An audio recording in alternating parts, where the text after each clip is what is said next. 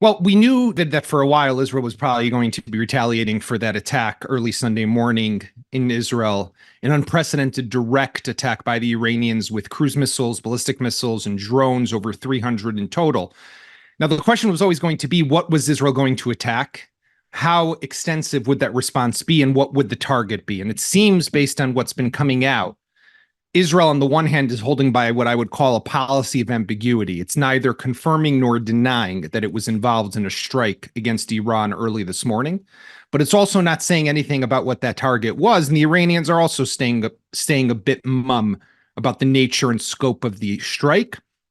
I think that what Israel is trying to do is needle a very delicate thread. On the one hand, we have to assume that this wasn't about just sending a message, we can attack you in Iran. That's been done before.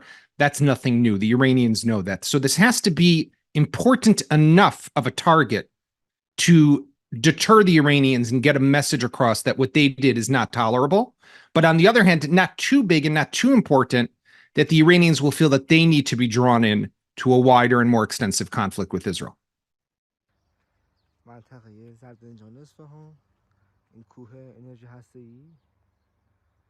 ساعت 5 و نیم 4 و نیم صبح صدای انفجار 3 تیر اومد، هیچ خبری نبود، صدا پد و فند دفاعی بود، همین پد و فند هوایی. این عزیزان. I think this is probably what we should expect to see from Israel when it comes to the retaliation to that attack this past weekend. But we never know, right? The Iranians now, the ball seems to be in their court. If Israel was going to be doing more, it probably would have done it all at the same time. That would have made the most sense.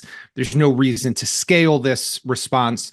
But the Iranians now will have to decide what they want to do. And as we speak, based on how they've been responding, it seems that they also want to contain this, right? They're downplaying the significance of everything. They're saying three things primarily. Number one, the target was not important. Number two, we deflected several of the drones and what tried to attack us. And number three is that the attack didn't even come from outside of our airspace. It came from inside. And why is that important? Whether it's true or not, they want to make it seem that no one was able to infiltrate their airspace. And as Israel is keeping quiet, right? So there's no one to counter and to argue and prove them wrong, contradict them. So everybody can kind of save face, and it would be in Israel's interest for that. On the one hand, we've done something. On the other hand, this is now over.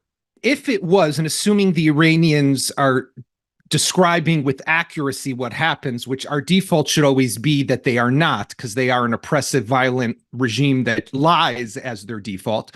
But assuming that this was drones and carried out from within Iranian territory, it would tell us two things. Number one, this is not an Israeli Air Force strike, but this is likely something of more of a covert operation, probably carried out by Israel's Mossad, the equivalent of the MI6 and the CIA, so maybe done by Israeli agents or agents working on behalf of the Israeli spy agency. But it was done within Iran, and that's meant to say, we're not violating your airspace, we're not violating your sovereignty, but we are striking back. And that could be a way of signaling, let's keep it down. Let's not increase the flames and the tension here. We've all gotten in our hits, and now we can call it a day.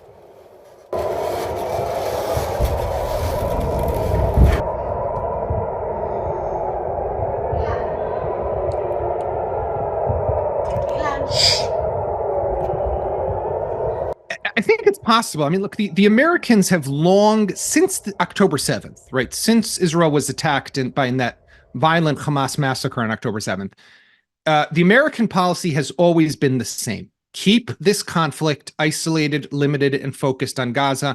Do not allow it to spread to other parts of the region, primarily either to Lebanon, where there is the Hezbollah Iranian proxy, or to Iran itself.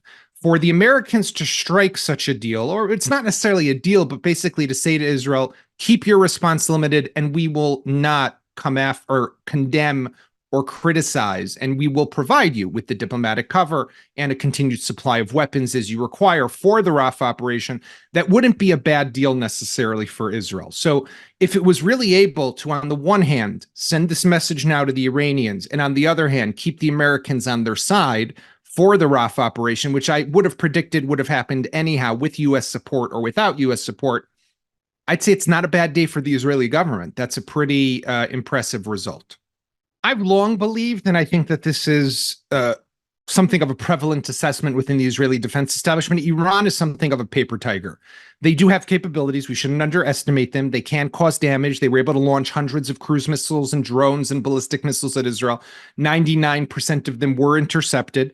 Would we always have that coalition on our side? Probably not, but Israel does have capabilities to be able to intercept most of what they can throw at us. But let's remember, Iran does not have a border with Israel. It doesn't have the ability to send ground forces. It doesn't have the ability to shoot artillery shells. It can send suicide drones or it can send missiles. And Israel does have a response. And what you saw over the weekend, that was just the defense. It wasn't the offense. So that's only when you're playing defense. When you play offense at the same time, you undermine their capabilities furthermore. What does have Israel concerned, though, is Hezbollah in Lebanon. That is up along our border. That is an Iranian proxy with tens of thousands of fighters who could cross into Israel and launch attacks with over 150,000 rockets and missiles that, yes, can overwhelm Israel's missile defense system just because of the sheer size of what Hezbollah has. But with that said also, I think Israel would be able to manage with that. It would not be an easy war. It would be difficult and it would be a challenge for Israel. But Israel does have capabilities, and I think we have to put everything into its right context. These are great threats. These are great challenges, but these are not of an existential nature that Israelis need to fear that this country is coming to an end. That's not what we're facing.